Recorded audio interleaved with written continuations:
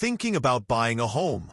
Then you've probably come across two terms that sound pretty similar: mortgage pre-approval and mortgage pre-qualification.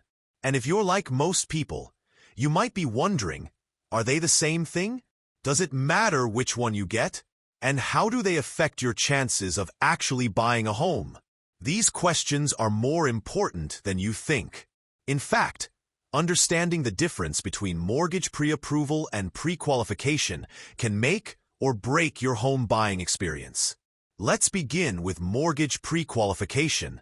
This is usually the first step in the mortgage process. It's fast, simple, and typically done online or over the phone. You provide a few details about your income, your debts, your assets, and sometimes your credit score. Most of this information is self-reported, meaning the lender is taking your word for it.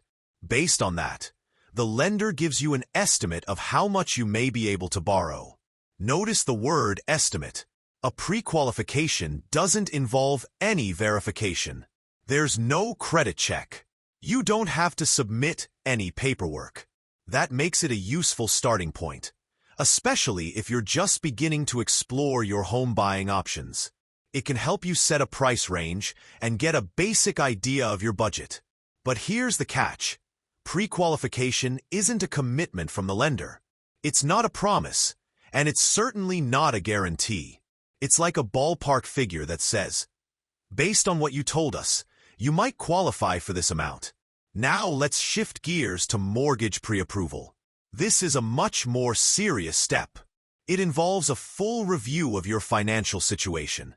To get pre-approved, you'll need to fill out a mortgage application and provide supporting documents. This includes things like pay stubs, W-2 forms, tax returns, and bank statements. The lender will also run a credit check to see how you've handled debt in the past.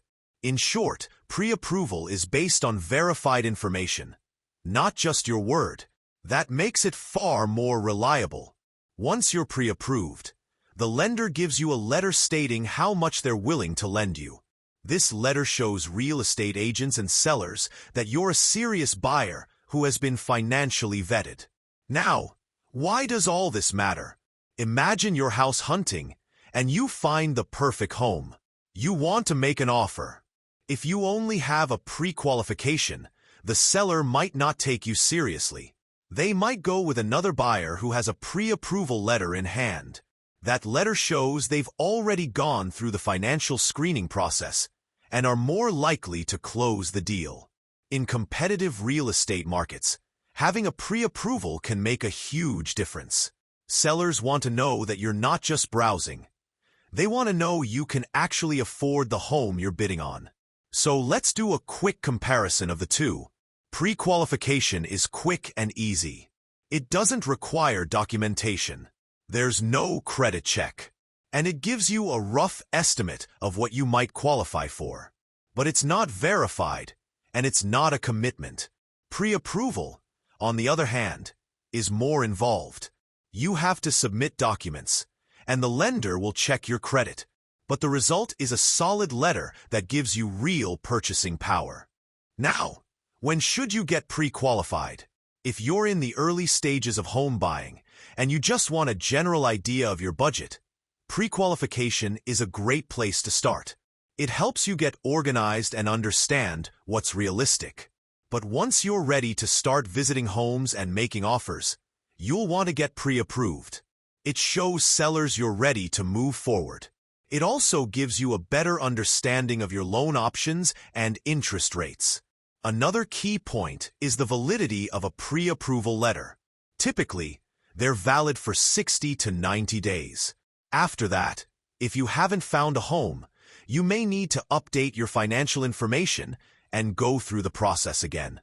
So how do you actually get pre-approved? Step 1. Choose a lender.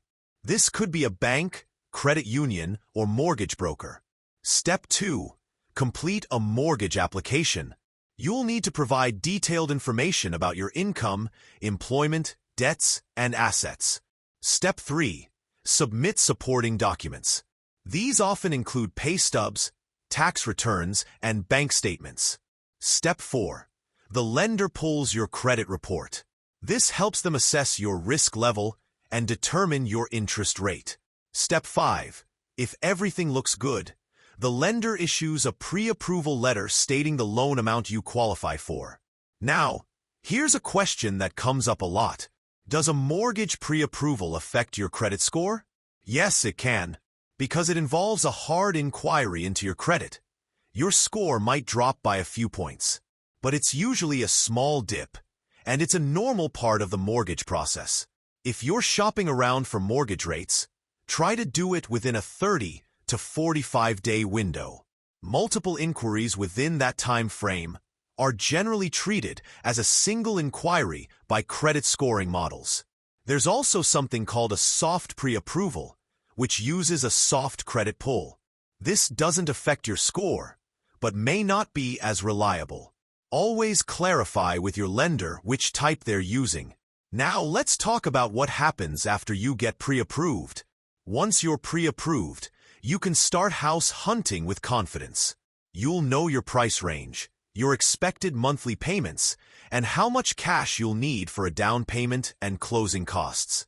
Your real estate agent can also help you make stronger offers because you've already cleared the first big hurdle with your lender.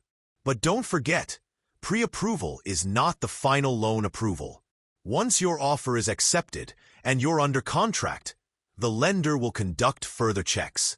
This includes an appraisal of the home, title search, and sometimes updated financial documentation.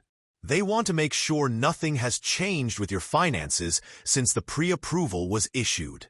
So, avoid making big financial moves like changing jobs, buying a car, or racking up credit card debt. These things could affect your loan approval and even cause it to fall through. Let's recap everything we've covered. Mortgage pre-qualification is a simple, no-commitment estimate based on the information you provide. It's useful for early planning, but not reliable for making offers. Mortgage pre-approval is a verified, conditional commitment from a lender based on your actual financial data. It shows sellers you're serious and financially ready to buy. Both have their place in the home buying process, but if you're ready to get competitive, pre-approval is the way to go. So, before you start scrolling through listings or booking showings, take the time to get pre-approved. It will save you time, strengthen your offers, and make your home buying journey a lot smoother. Thanks for listening. If you found this helpful, be sure to subscribe for more real estate and mortgage insights. See you in the next one.